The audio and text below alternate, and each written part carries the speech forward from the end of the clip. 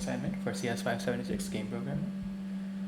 So right here you can see my character. My PC is a bit laggy, so sorry about that. But as you can see, the character can move properly. Right, that right there is one of the obstacles. The other obstacle is the terrain itself. So if you step in the wrong direction, you might have to jump over certain terrain blocks. Like right here, if you want to go forward, you have to jump to get over there, right? So when you press space, as you can see, you can jump. All right, and now, so in my head, even though the assignment was there's no clear direction, my head, he's a astronaut, so he's looking for his rocket ship, right?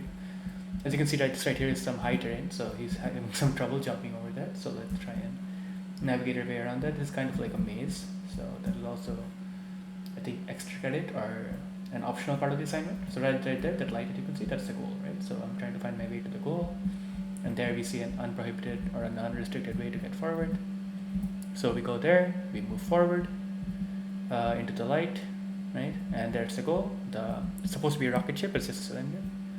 And when you touch the goal, the light turns green, right? Again, sorry, it's laggy.